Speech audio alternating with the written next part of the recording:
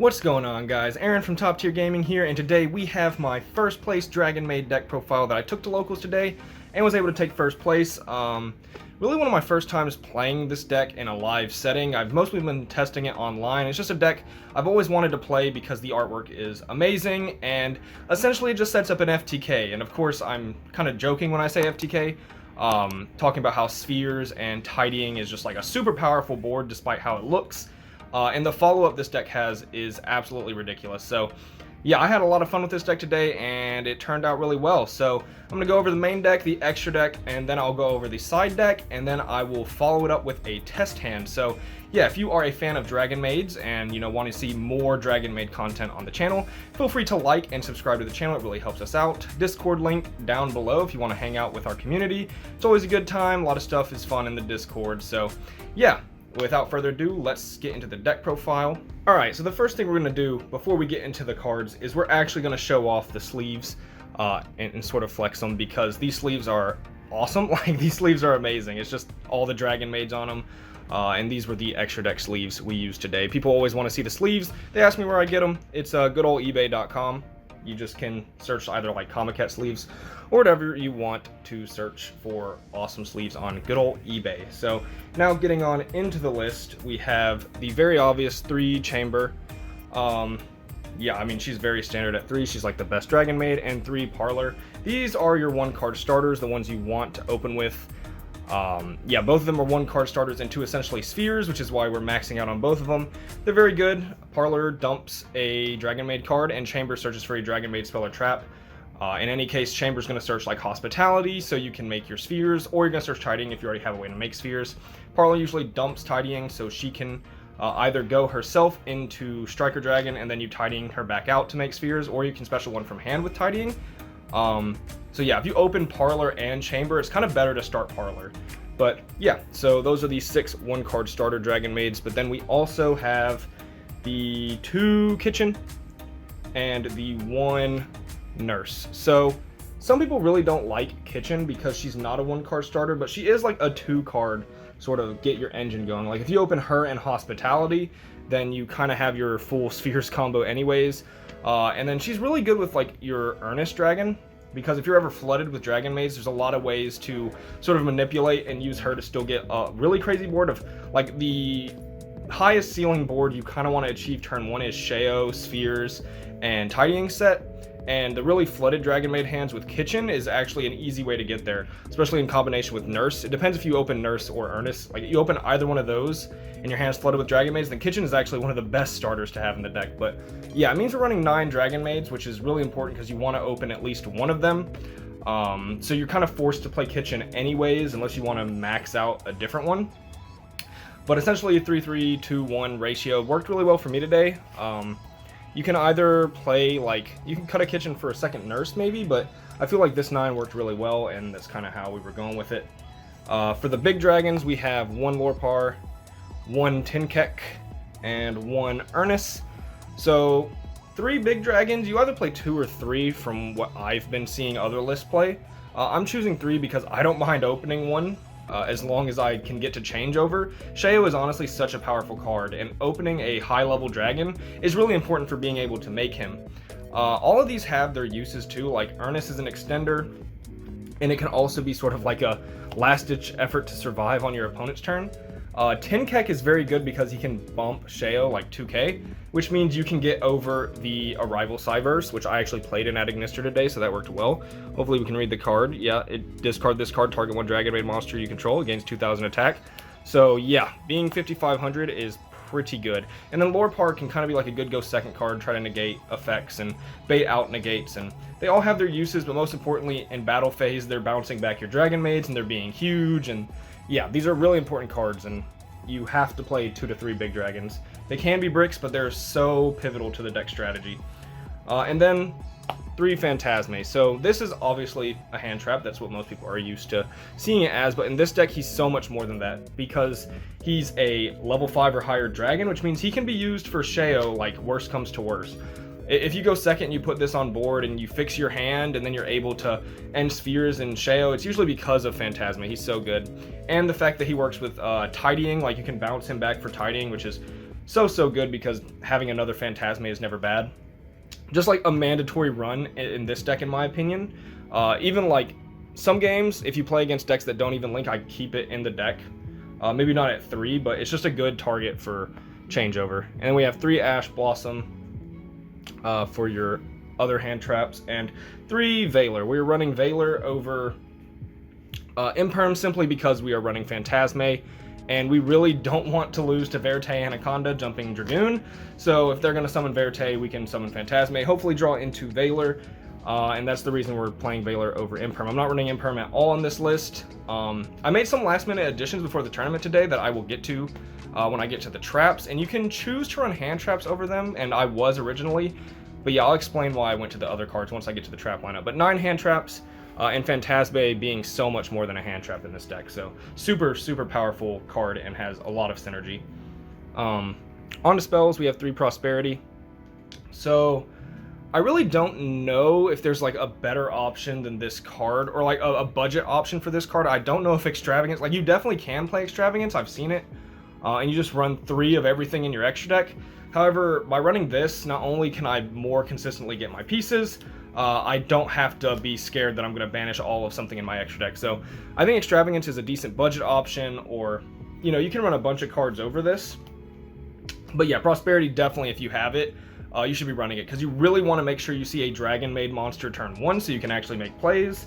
But it also helps you find different pieces. Like, if you play Prosperity and you find Hospitality off of it, then you know Chamber can search Tidying. If you find Tidying off of it, then Chamber can search Hospitality. So having a Dragonmaid like spell piece in your hand lets you kind of know what you're searching off Chamber better. So Prosperity has a lot of good uses in this deck.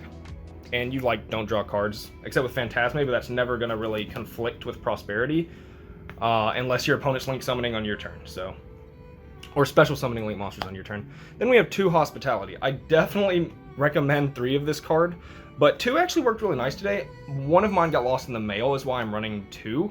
But yes, it worked fantastic, because sometimes you actually brick on Hospitality's turn 1 if you don't see a Dragonmaid. So maybe 2 is a viable option, but for the grind game, and this deck wants to grind, I think 3 is the better call. It's a very powerful card, and when Chamber gets her big dragon one day, this card's going to be absolutely insane. So yeah, Hospitality, a fantastic card. If you don't have 3 because it's actually kind of an expensive super, you can definitely feel fine playing 2. It worked wonders for me today. So yeah, you just have to be careful in the grind. And then I'm playing 2 Changeover, which you can definitely play 1 of. However, I really like going Sheo, which is why I'm going to play 2 of this and 3 big dragons. And that's also to help with Prosperity, because if I can find this off of Prosperity, it's much easier to like search Hospitality with Chamber and then go for your Sheo Spheres, or just Sheo Tidying Pass. Like, there's a bunch of different ways to get the same board in this deck. But yeah, seeing your pieces isn't always bad. And Changeover, just another grind card, because it can keep coming back from the graveyard and making Sheos or houses. Very, very powerful. And then my sort of tech choice, like not every Dragonmaid list play this, especially not in the Extravagance version, is Super Poly. I mean, we have so many flex spots in the extra deck that I definitely wanted to run this as a great go second card, because this deck can very much struggle going second.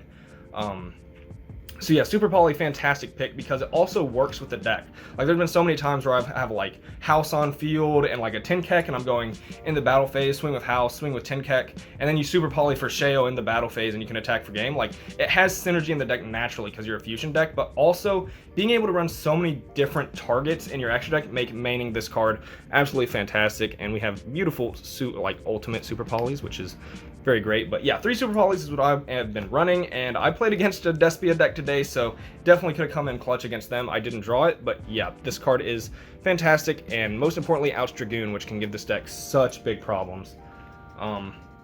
Then for some 1-of power spells, we have the 1 Monster Reborn and the 1 Called by the Grave. Called by is so important for this deck because, I mean, Spheres is your main play, so if Spheres gets ashed, you kind of lose your follow-up, or maybe even your Tidying bounce, so Called by for Ash is very, very important.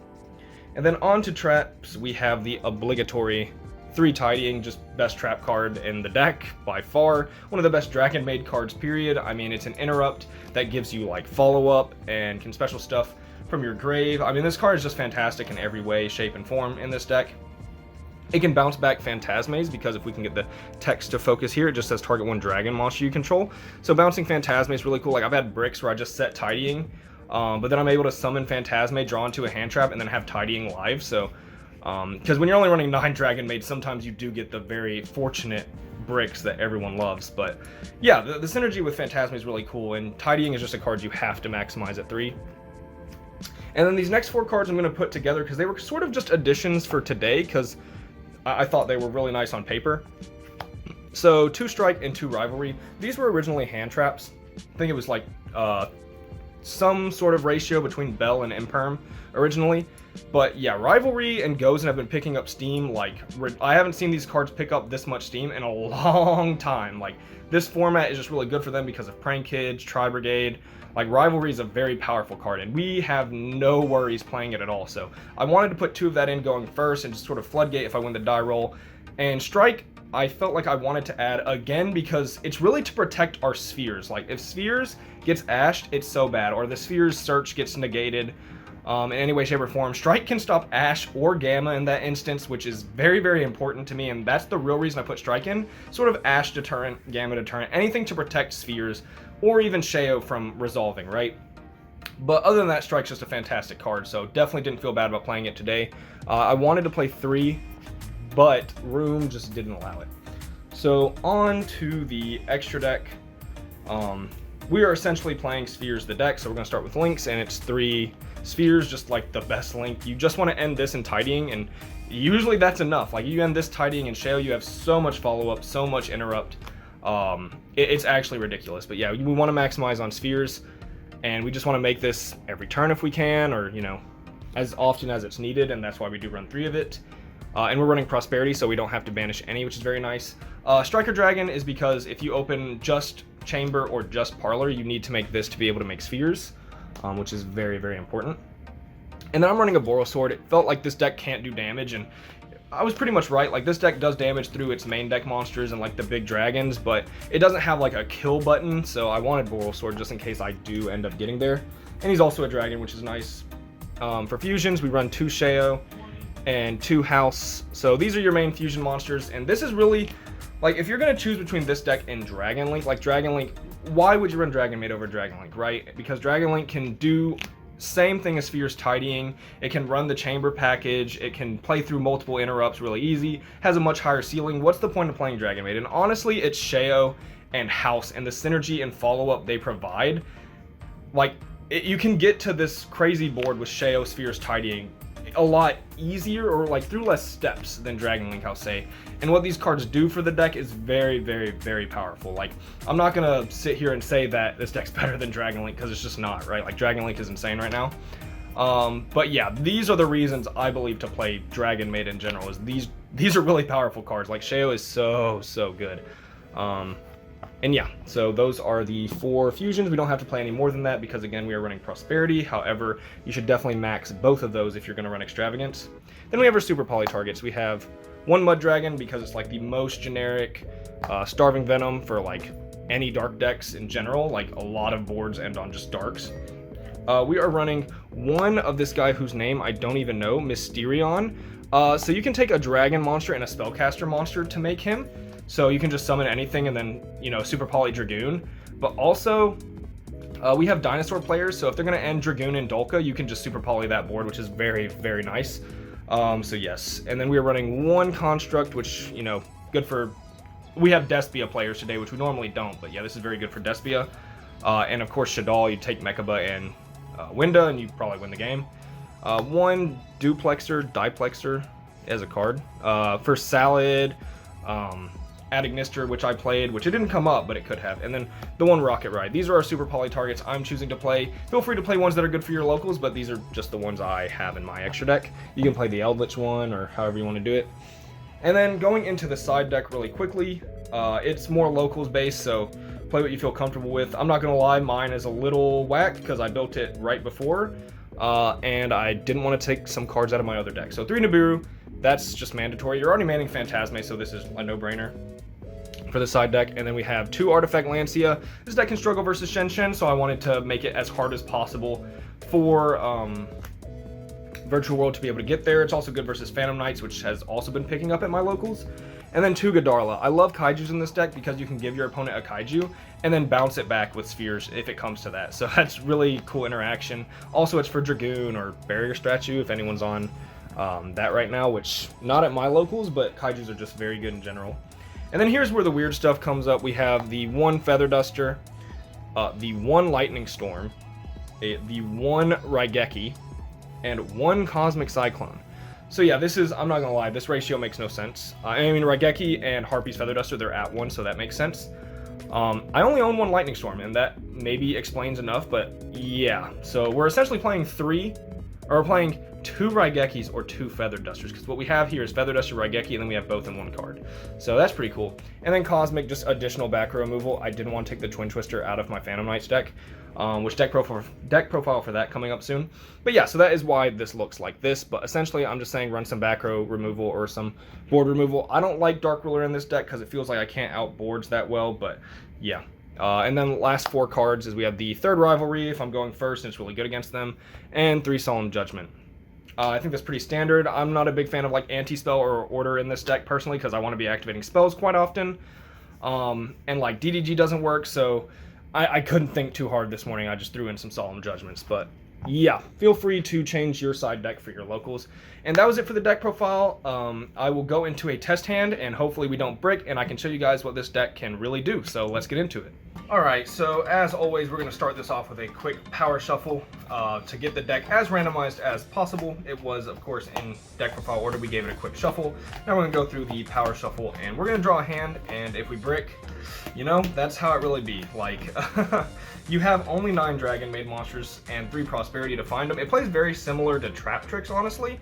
If you have watched that on my channel or you're familiar with the deck, like, you really want to see a Trap Tricks monster, and if you don't, it can be sad time. But you really want to see Parlor or Chamber, or maybe even just change over in some dragons. Like, sometimes, you know, you just got to get there. So I guess we'll give it a quick cut, and then we'll draw the top 5 cards of our deck and assume we are going first. So we have Strike, Tidying, Super Poly, Phantasme, and Parlor. This Parlor just saved this hand and made it one of the, like, a really good hand actually. This hand's insane.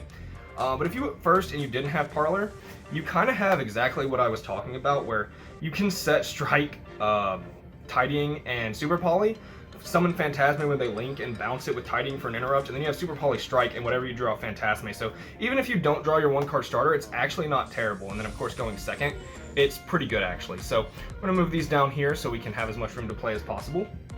So what you're going to do here is you're going to normal summon your Dragonmaid Parlor and use her effect. Couple of different routes. You can actually go for Changeover and go for Sheo, but I think we'll just want to go Spheres in this hand because we also drew Strike. So we have Spheres, Tidying, Strike, Super Poly. Like, there's no reason not to go Spheres. So what you do is you dump Tidying. If you want to go the Changeover route, you dump Changeover, bounce it, and then just fusion summon with your Phantasme. But now we're going to link off the Parlor and summon our Striker Dragon. We are going to use Tidying's effect, banishing Tidying, to special out Parlor, and I'm going to link for Spheres. I know, very powerful combo, very hard to follow. I know it's super combo intensive, but then you make your Spheres, and the very next play is that we're going to set 3. Of course, we have our nice sleeves here. We set 3 cards. So yeah, what you end with on this board, which is, I know, super simple, not much of a combo, but just showing what this deck can do.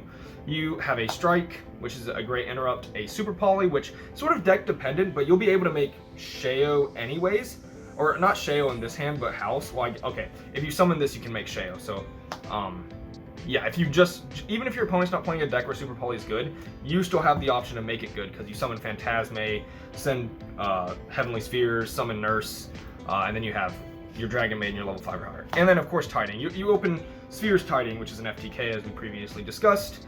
Strike, Super Poly is so good. They link summon, Phantasme, draw 2. That's actually like so good. I don't even know which one you put back. I'll put back Changeover. And you would keep Tenkek. I mean, it really doesn't matter there.